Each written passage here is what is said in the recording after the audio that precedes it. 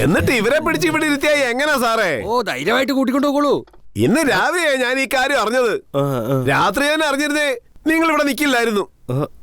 Sir FIR വല്ല ഇട്ടോ? പിന്നെന്താ സാറേ, പിള്ളേര് തെറ്റൊന്നും ചെയ്തില്ലല്ലോ, കൂട്ടിക്കൊണ്ട് പോട്ടെ. സന്തോഷമായിട്ട് കൂട്ടിക്കൊണ്ടോക്കോളൂ. ഇനി എന്താ ആലോചിക്കാനാ? സാറ് പറഞ്ഞത് നിങ്ങളൊക്കെ കേട്ടില്ലേ? ഇനി രാത്രി അവിടെ ഇവിടെ ചുറ്റിക്കിറങ്ങാതെ മര്യാദയ്ക്ക് വീട്ടിൽ പൊയ്ക്കോണം. ശരിയെന്ന് പറ പിള്ളേരെ, ഒന്ന് തലവുലുക്ക്. അമ്മയോ? എവിടെടാ പോയത്?